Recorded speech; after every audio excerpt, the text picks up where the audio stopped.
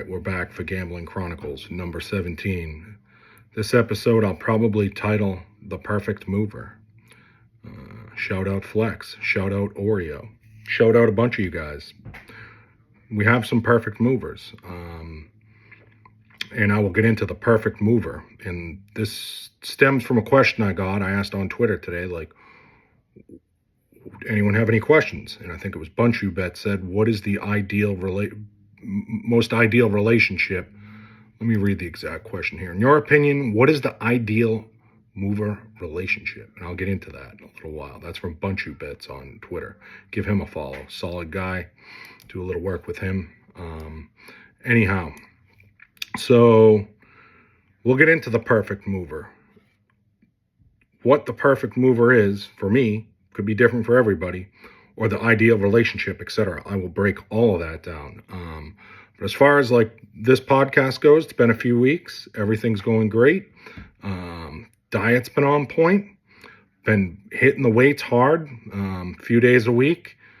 Trying to get 10,000 steps every day. Winterizing a lot of stuff at home. Taking care of some leaves. I mow them. I don't rake them. Gives you like a nice power walk. But yeah, I've been just trying to continue, just tackle things every day. This. I only have so much time, but I'm trying not to fall behind on, the things that I have to do in life outside of the business. So another thing, my wife went back to grad school, so I've had to pick the slack up in some other areas there when it comes to parenting. And then, I'm still trying to manage this business. But the business has been moving in the right direction. It's been phenomenal. Everybody's understanding their roles more and more. The last 10 days have been the least stressful days that I've had since we started building this last spring.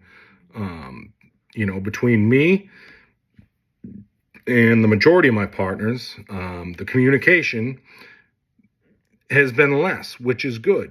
It's good to have good communication, but when you're building something at the beginning, sometimes you have to over communicate, and that was taking up a lot of time. So we've had to put protocols in to put out a fire here, put out a fire there.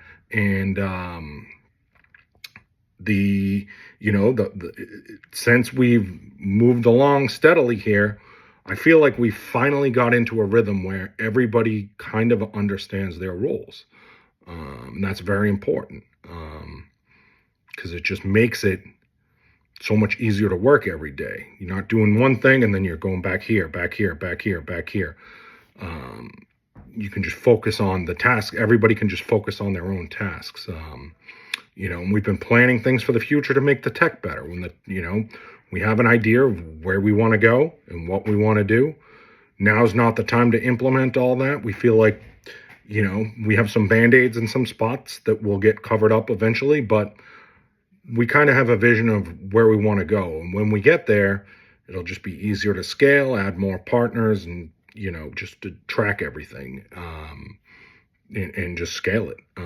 So whatever, I think we've done a pretty good job, with everything so far, but, and it's been a sick grind, like since the spring, absolute sick grind, but it's rewarding, to see the success that we've had as a group, not just from like the money we've made, but more. I've said this before, I like seeing my partners win more than I even like to win. I mean, I want to win at the end of the day, but there's nothing better than winning for other people, and there's nothing worse than losing for other people. And we've done a lot more winning than we have losing for our partners, which has been great.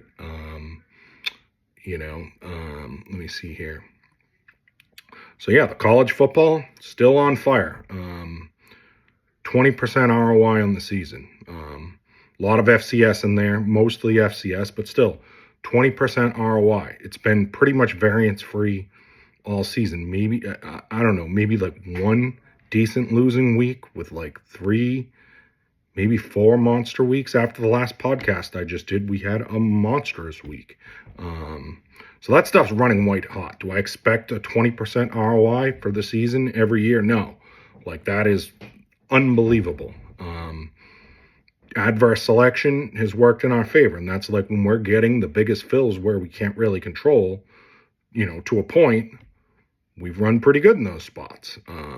College basketball, been very good. It's only been a couple of weeks, but probably running over 20% in college basketball. At least some people have been. I mean, I know some people that some of the stuff they moved for us the first week was like 35% ROI. I mean, do I expect that to continue? No. But I also don't expect to be betting much college basketball after the new year. Maybe we will, but I don't think we're going to. So yeah, that's been going good. So I'm going to get to what is the ideal mover? The question from Bunchu Bets in a little bit. And we'll get to that. Next thing I want to talk about is accounts, PPH accounts. This is a topic that I need to cover because people have been getting stiffed. We win a lot.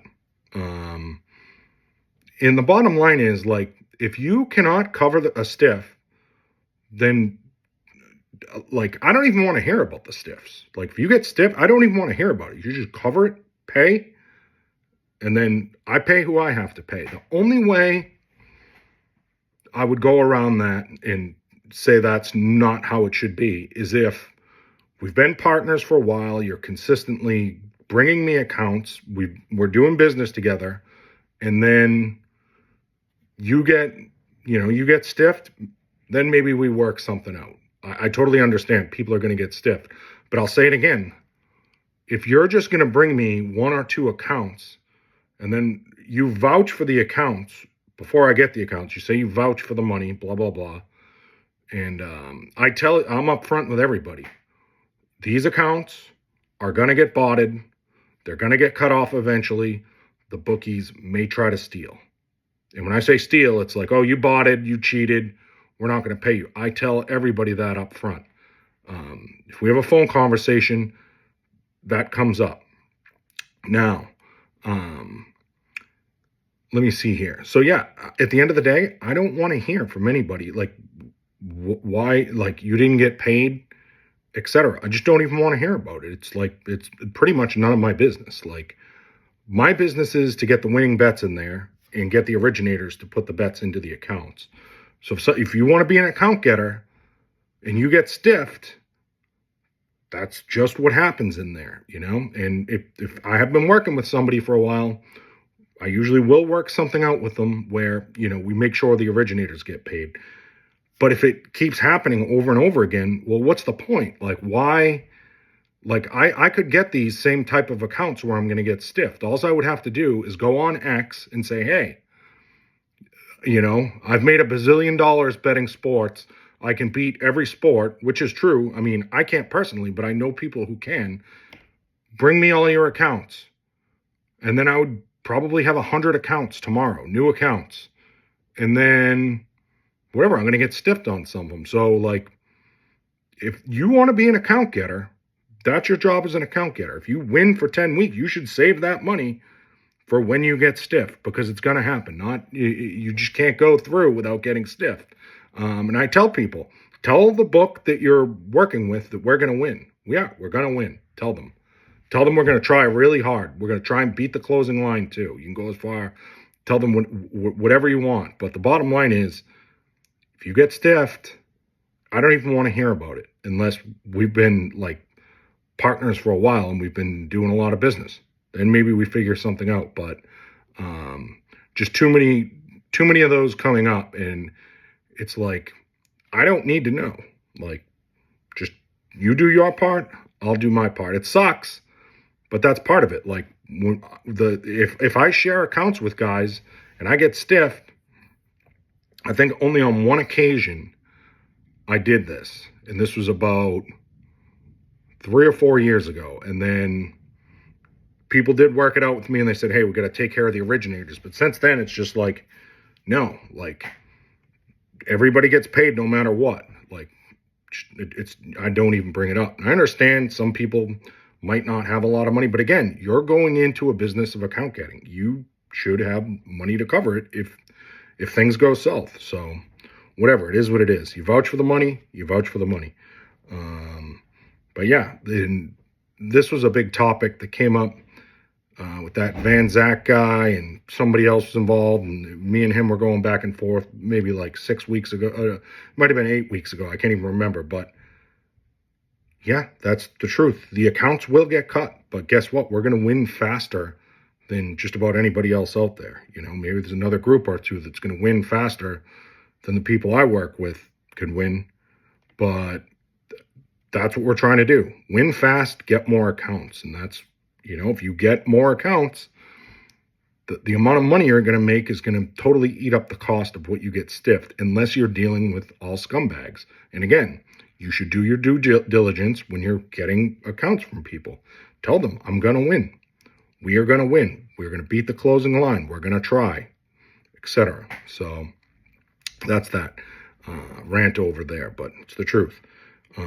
So anyhow, there's this quote that great poker player Scott Seaver, who's a regular in Bobby's room, probably, maybe one of the best 10 all-around poker players in the world, maybe one of the top 5, maybe the best poker player in the world. But I read this quote that he posted last week, and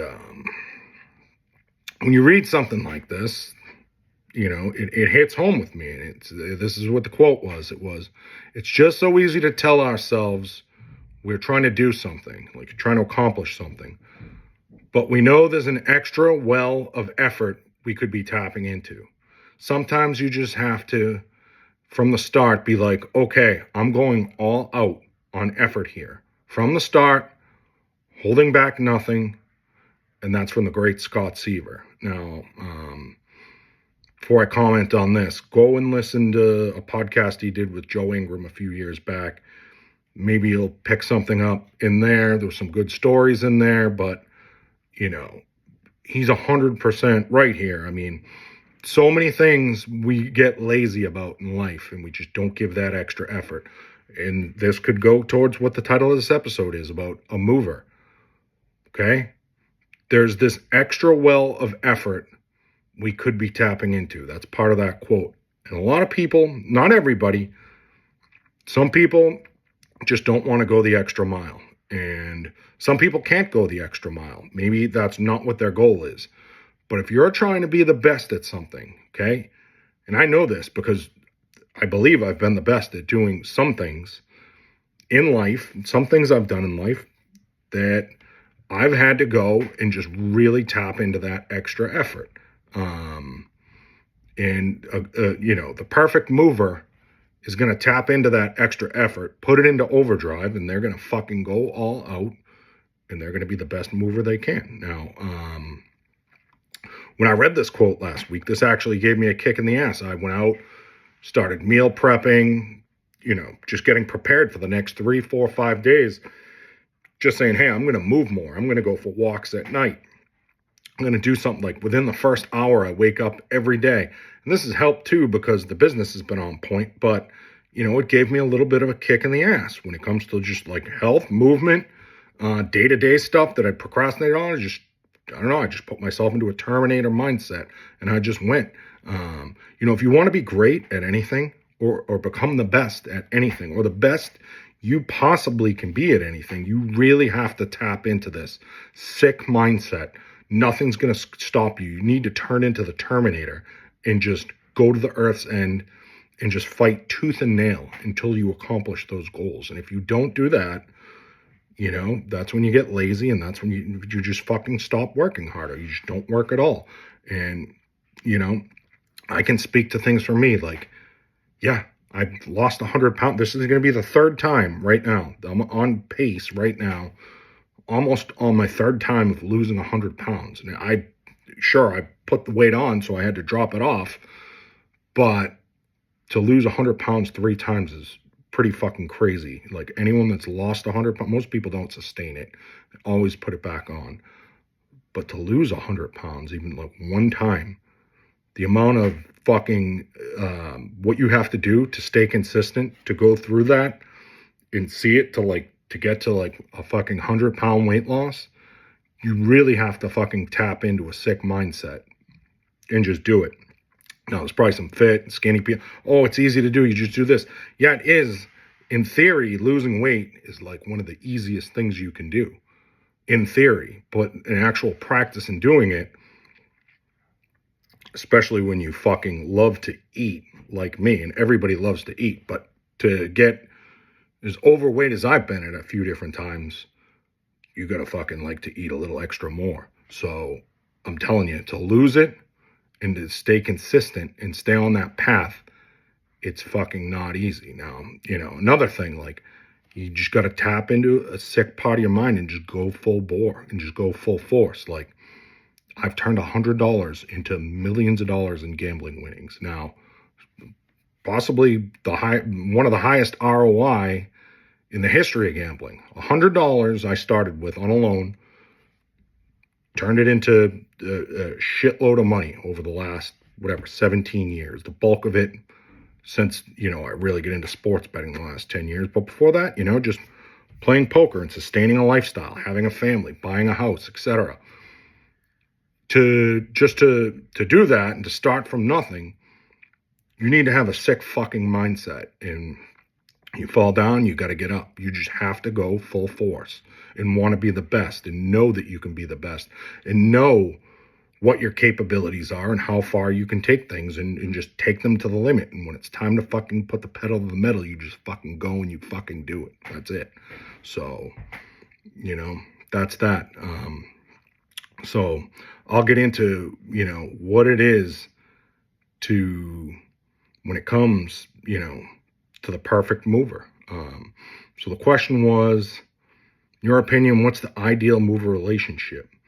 And I will describe the perfect mover for us because we have some perfect movers, and it's different. Like, I love all the guys that move for us, but everybody has different qualities. Everybody's wants to fill. Some people don't want to fill certain stuff. Some people do want to fill certain stuff. Some people want to fill everything. And I'll tell you, the people that do go the extra mile and want to fill everything, they're clearly making the most money, winning the most units. So first off, perfect mover. You need to be honest with your turn-ins. Like, we ask that you turn us in half of what you bet. We feel most people are honest. And that's it. Honesty is huge. If you're not honest, I don't want to work with you. And if I catch you lying, I will never work with you.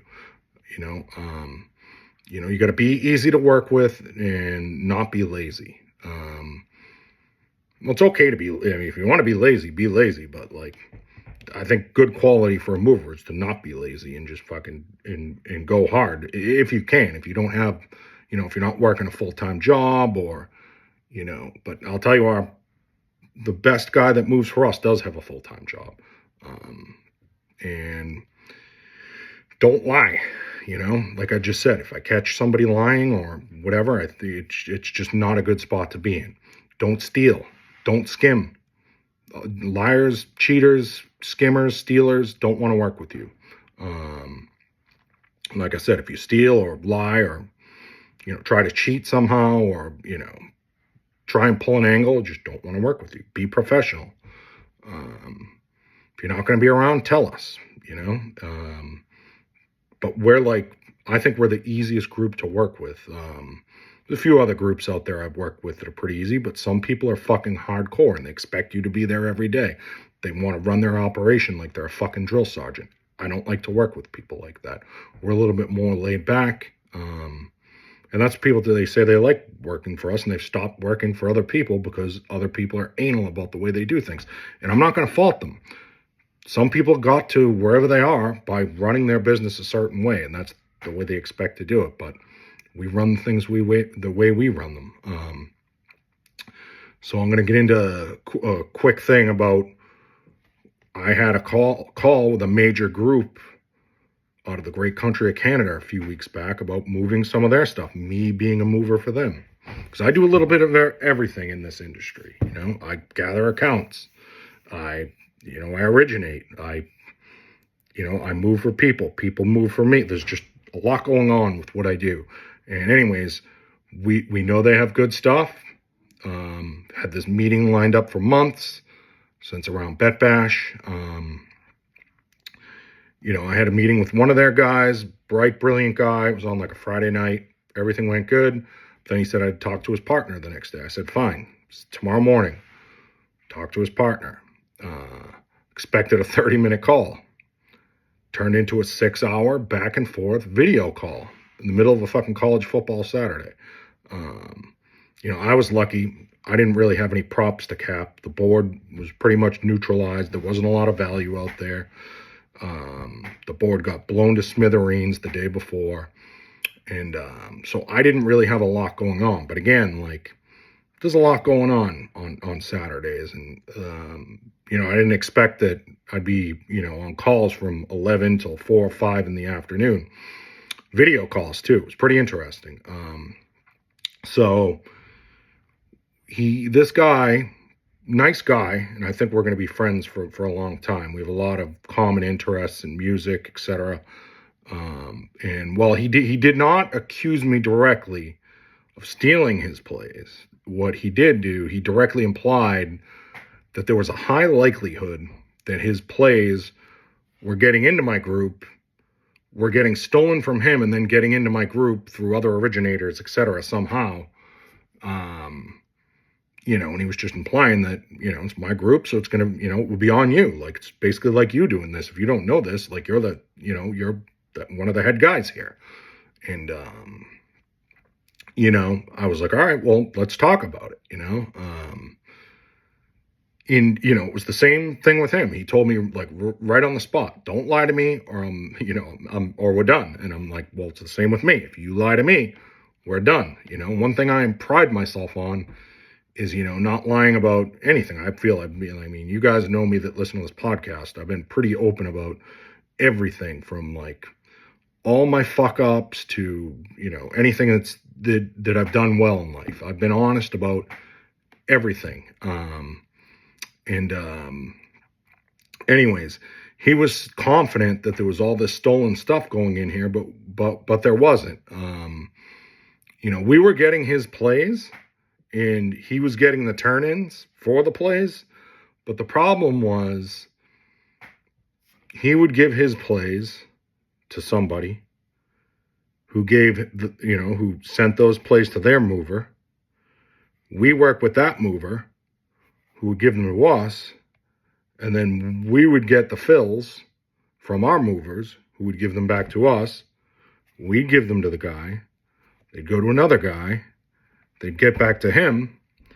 And by the time they get back to him, he's seeing, it gets cut in half every step of the way. But he was getting the turn-ins. But, for the amount of eyes that were seeing all these plays, not ideal for him. And, hey, that I totally get that.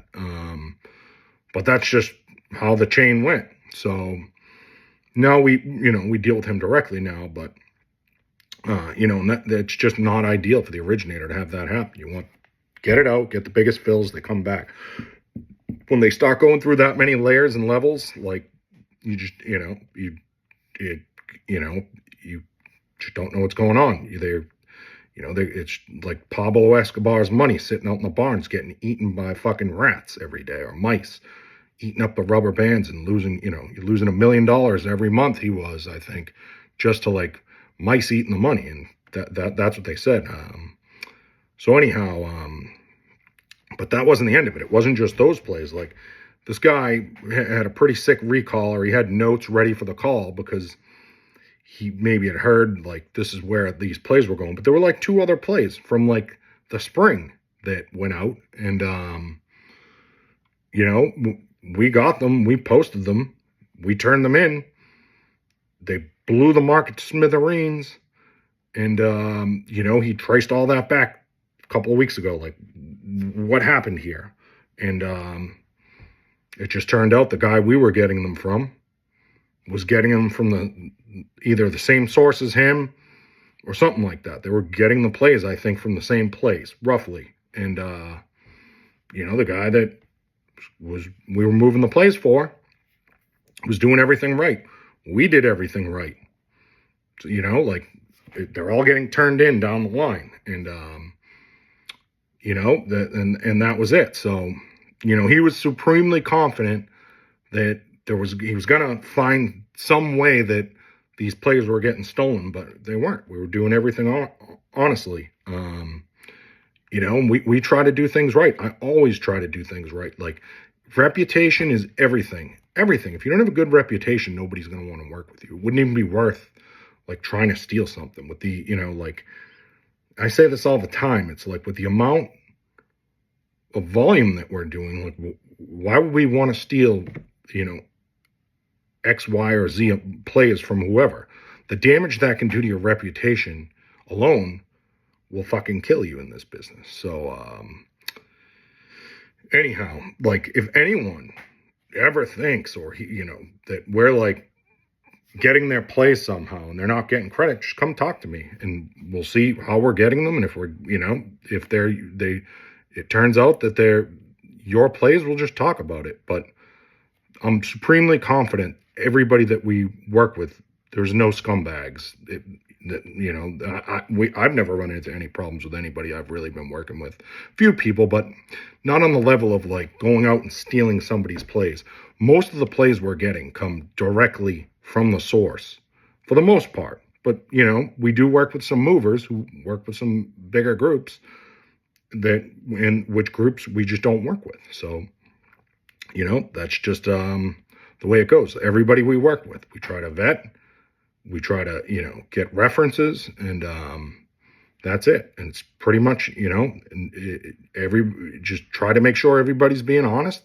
You just go with the flow. So, as an originator myself, like I've talked about this before. I've had my own plays get sent back to me to fill them that I sent out in a certain format, and then someone sent them to me to fill.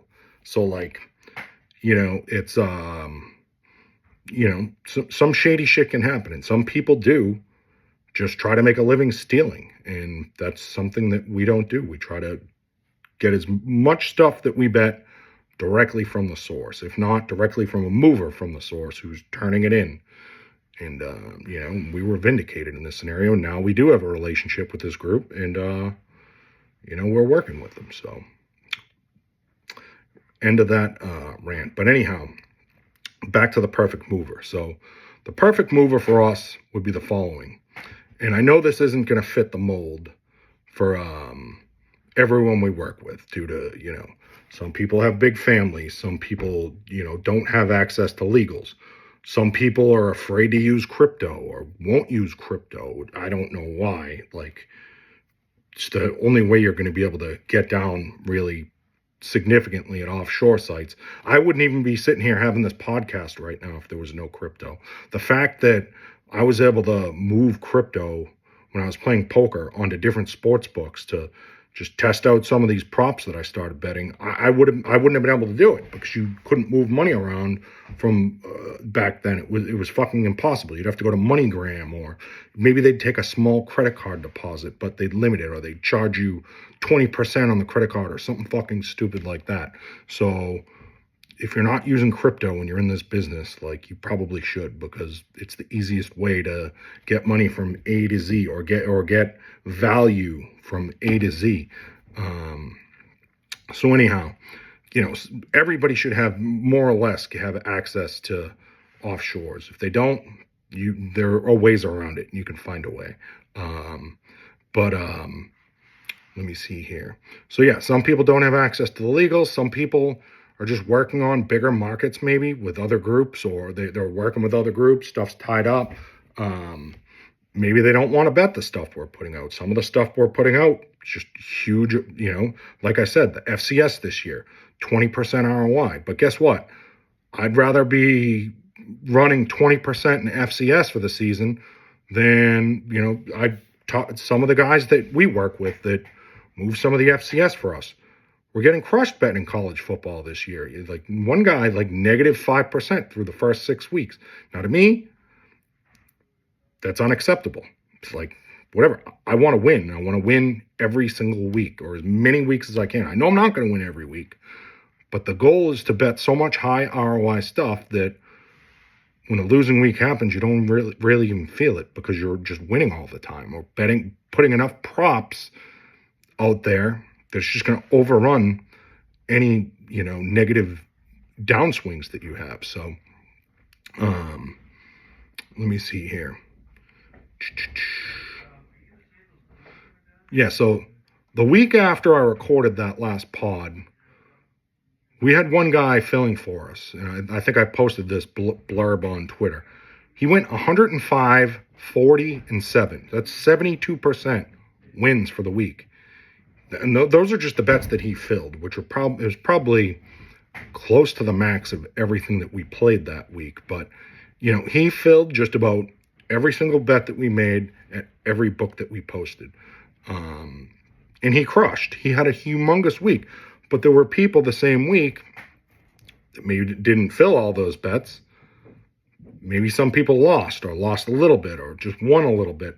But this guy absolutely crushed because he went the extra mile, got all these accounts. When the accounts died, he found more accounts and he was ready to go again. So again, it goes back to, and it's different for everybody. Not everybody's going to have this level of dedication for whatever reason. But if you do have room for that level of dedication, that's where you should strive to be. Be the end boss of account getting. Let me see. Let me see what we get here. Yeah, and that's the other thing. Some people, maybe we'll post a bet at DraftKings. Some people get every one of those DraftKings bets, or they'll fill all those. Post something at FanDuel, but get all of them. MGM, they get all of them. I understand not everybody can, get all of those, but the ideal, the perfect filler can. The perfect filler can get every market and will get every market. And when those markets get limited, it's almost goes back to what I was saying about, I don't hear when they tell, I lost my DraftKings, I lost this, I lost that. Almost like the PPH thing, it really doesn't matter to me. It doesn't matter to me if you lose your accounts. I don't care. If you want to keep filling and filling at a high level, then you find more or find a way. Or I don't know how you're going to do it, but the best guys can constantly just keep filling and filling and filling and filling. So anyhow, let me see here. Yeah, so that's it. To do this at a high level, at the very highest level, you really have to be driven like a motherfucker, but you need to search high and low to find soft accounts. People offer me these bookmaker and penny clones, which I don't need those. Maybe once in a while I'll need them, but those aren't going to pay the bills for the most people. A bookmaker and a penny clone, it's just, for the most part, and some people can use them, but for the most part, those accounts aren't going to pay the bills for you unless you're betting massive with low ROI stuff and you just know your edge and you're going to print. But that's not what we're betting. We're not focused on MLB sides and totals. We're not betting, NFL fucking sides into mature markets unless, we got unless, maybe it moved 40 cents on a sharp book and then we get the bet in, something like that. But, we had one guy, shout out JT, he was asking us last week. He asked us about, 50 different questions about what he can do better and how he can do better and this and that. And, his take was that, one of his takes anyways, was books don't like to see EuroLeague props or, some books don't like to see this or that or these soft props Tuesday, Wednesday afternoon.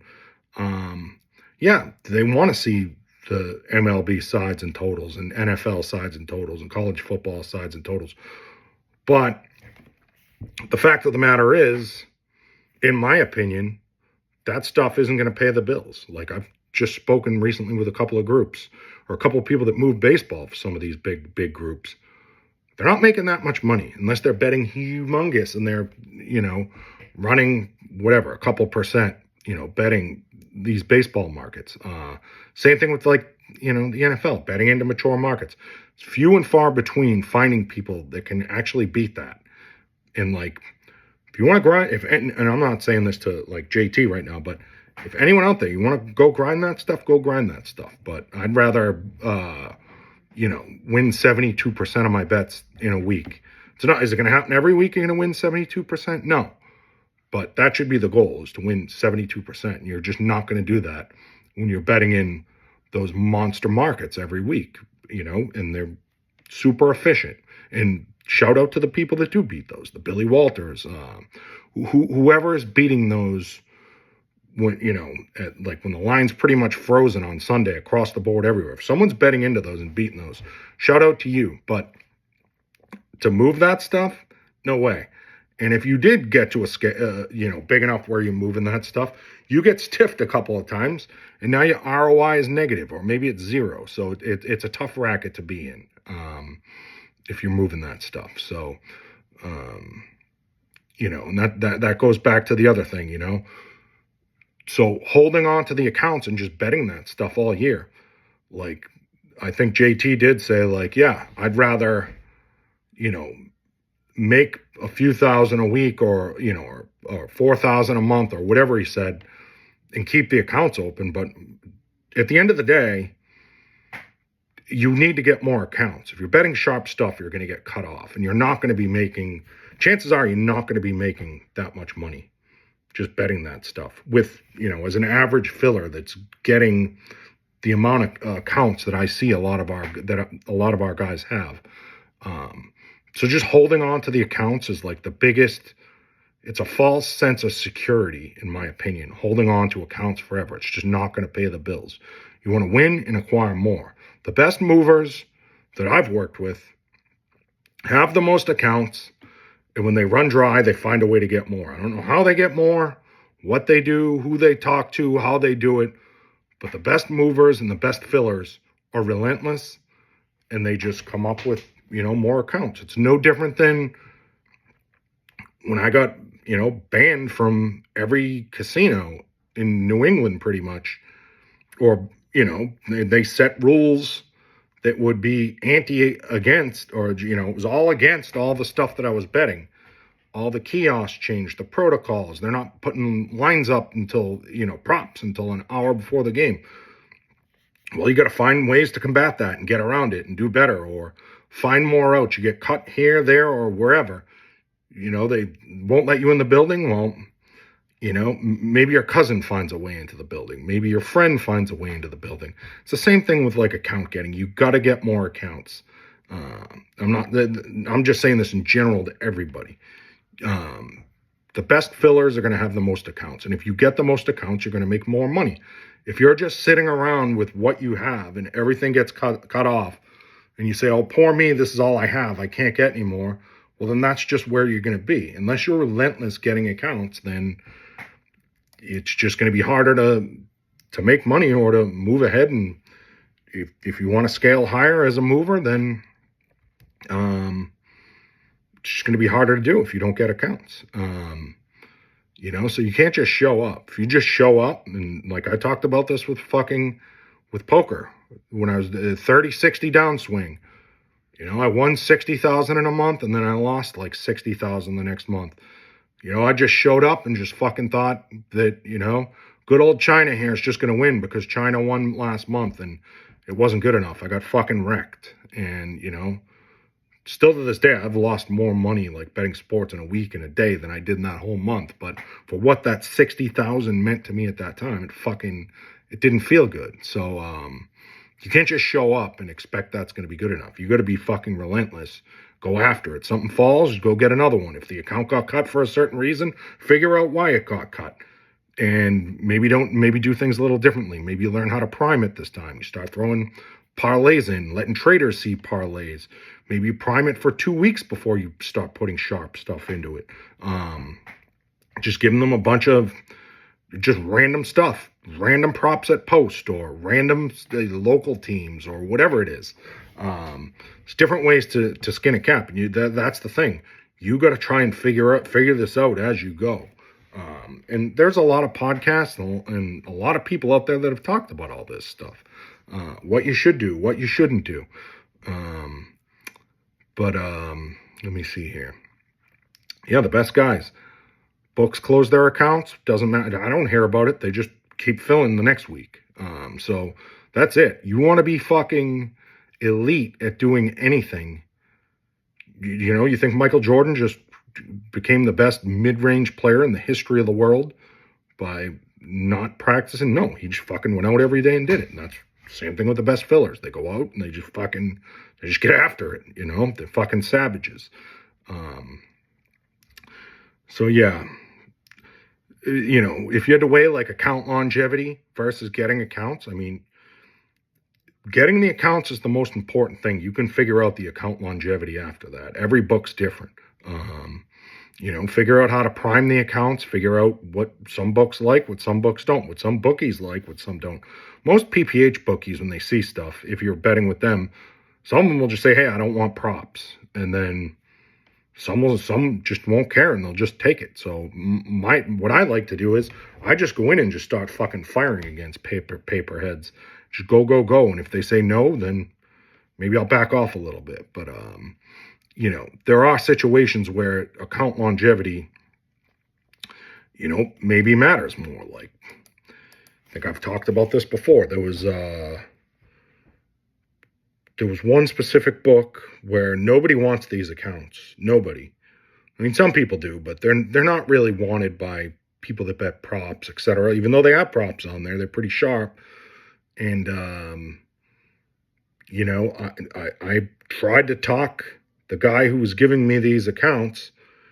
I said, why do you use this skin? I said, why don't you get something like a X, Y, or Z skin? It has these awesome menus on there. And that would have been the worst thing if he got that, because we would have just clobbered this guy and he would have just closed down in 4 days. So this is one situation where account longevity, and because we were forced to do it, because you can't win that much on this specific skin that quickly. Nobody does. And I've seen every single group bet into this skin. And it just takes a long time and you drag it slow. But there's still, there's sharp stuff going into these accounts, but it's just you can only get so many sharp bets into these skins. But over time, it just does add up. But at the end of the day, this is one example, okay?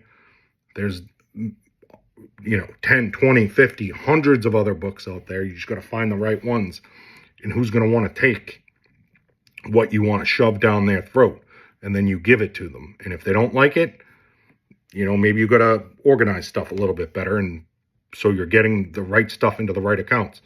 So not all accounts are created equal.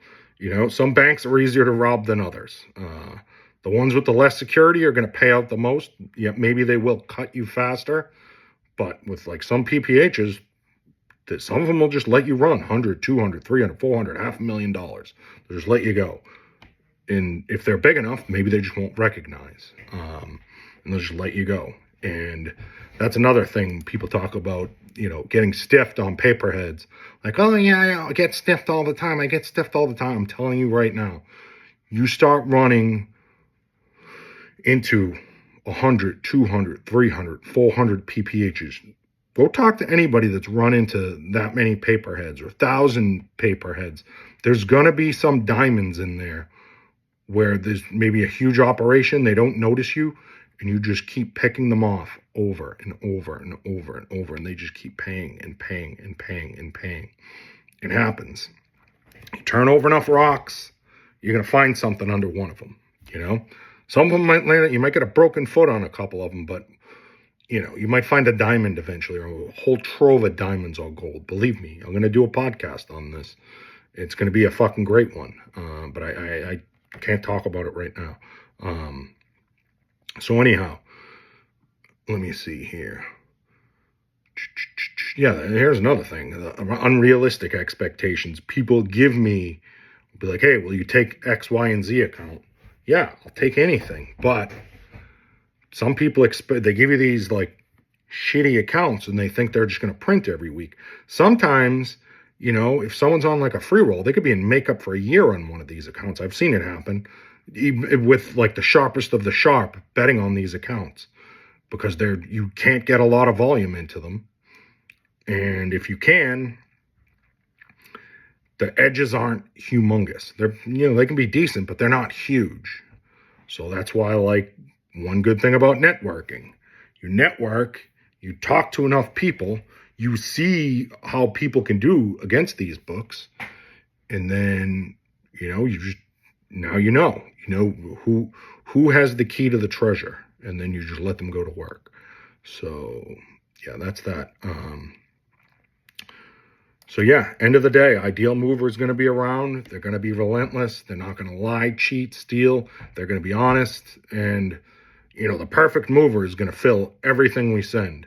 And believe me, if you fill everything that we send, you will do very, very well. Very well. But again, you got to be relentless. You want to be elite, you got to have elite skills at account gathering. Let me see here. And that's the other thing, you fill 10, 15 bets a week, whatever, that's fine. You're going to win in the long term. But then, there's guys filling 200 bets a week, so if you fill 200 bets a week, and then 15 weeks, you got 3,000 plays. And that used to be what people say. You can realize your true win rate after 3,000 plays.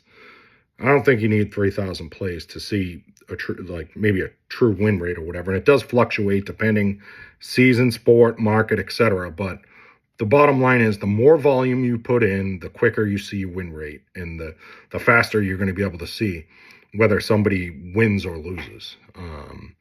And like I said, the stuff that we bet, we're trying to have like break-even weeks at the very least. So let me see here. What else do we have here?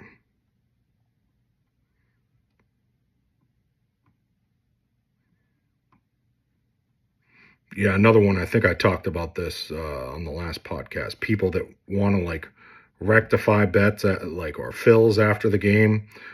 They turn something in, and they say they didn't click a button, and fucking, they swear they clicked send, the book erased it, and it's always a loser. It's always a loser. It's never a winner. 80% of the time, it's a fucking loser. If it was a win, they just wouldn't notice it or mention it. So whatever, it is what it is. But, once something's turned in, it's turned in. The only, one guy did turn in a game the other day where after the game, I think he turned the wrong side into us and we didn't catch it. Let's just say we wanted Washington and they were playing Washington State. Instead of him turning in Washington, he turned in Washington State. We didn't see it. And, our policy is, if we don't catch it and you turn in the wrong side, we just reject it. And if you have a bet slip for the right side, which you played, then yeah, that's fine. It's an honest mistake. You just wrote the wrong team down. But he actually, the team that he bet on won. We didn't get our fill. It would have lost. And he tried to give it to us, and we said no, we didn't want to take it because, if it had lost, we weren't going to take it either. We were just going to say, no thanks. We would have made him eat it. So he tried to give us money, and we declined it because it's just a policy. We just don't want it. That's not the play we put out. We probably should have caught it before the game, but we didn't. Other thing, a guy we work with, who works with somebody else that we work with, I guess he ran through, at the casino, a couple tickets stuck together. Somehow he was missing $5,000 that he had to pay somebody or something like that. It's another thing. If you're going to the casinos, you're jamming kiosks, etc., be careful, save the losers. Sometimes they change grades on bets. Go back in a couple months and scan them all, see if, maybe come up with a winner. I've had times where I've been scanning losers, winners, accidentally had a ticket printed and just threw it in the trash because you just get this repetition where you're doing that. I'm digging through the trash, trying to get the ticket because I knew I put it in there. Then there's other times I think I threw one in there and I'm digging through there again. And, that's when I was betting my own stuff. But if you're betting for someone else and, you're on a free roll and you do that. So this guy, I guess he had 2 tickets stuck together and, the casino scanned them, but the casino still had the tickets or whatever, and it was stuck together. He went back. They didn't want to look for it, but they did find it. But just be careful with that shit. Like, it's easy to lose something, misplace something. We had a runner a couple of years ago. It's in 2022. He went in 15K worth of NFL props, and he just left the tickets at the counter. And he left the building, and I think they knew that they were his because he was betting them at the counter. So they took them and saved them for him. He didn't turn them into us that night. We didn't know we had them, but then the next day he's like, "Hey, I have these," and like most of them won too.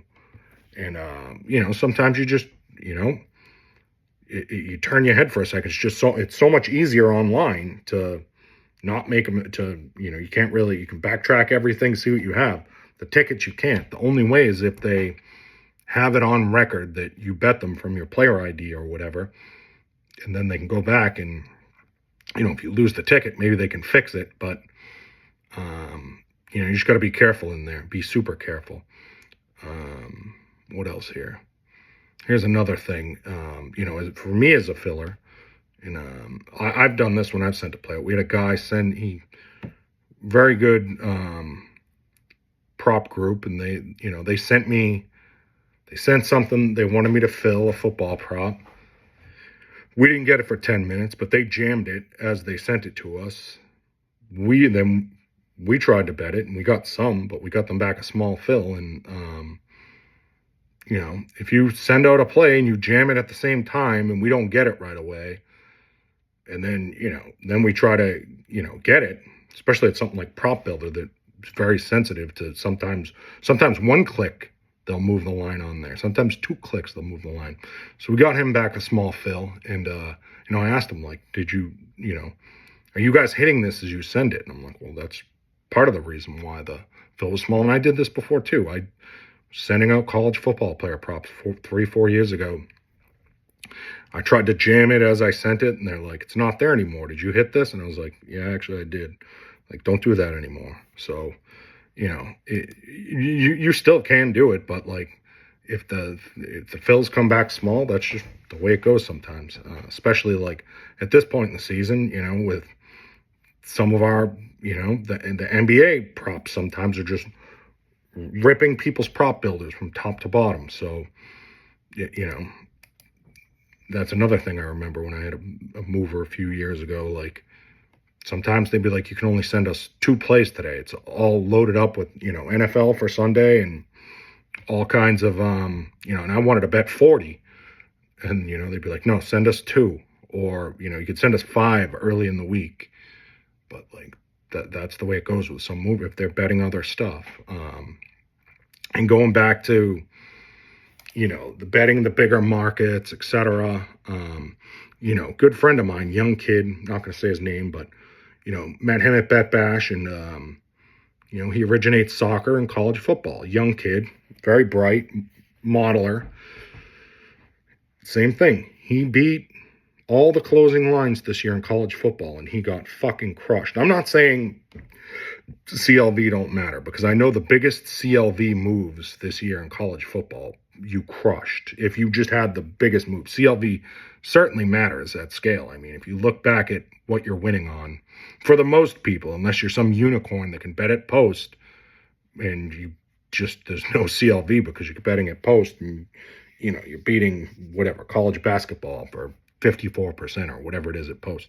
That's different. But most people, you close well, usually you win. So this guy, he just all college football this season, beating the closing line consistently. He didn't go broke, but he blew his bankroll out. And, fortunately for him, the last message I got from him, he models college basketball. It was 45-15 or something to start the season this year. So shout out to him. I hope he runs it up. But, let me see here. Another guy I had a call with this week, 25-year-old guy, not an American, but he lives in the East Coast now. Told me he had some model, and, they ran it up on baseball. Then it got warm out. They lost it all, went crazy. the baseball shit went crazy because of the weather. Probably threw the model off. So they stopped betting baseball. I think they busted their bankroll.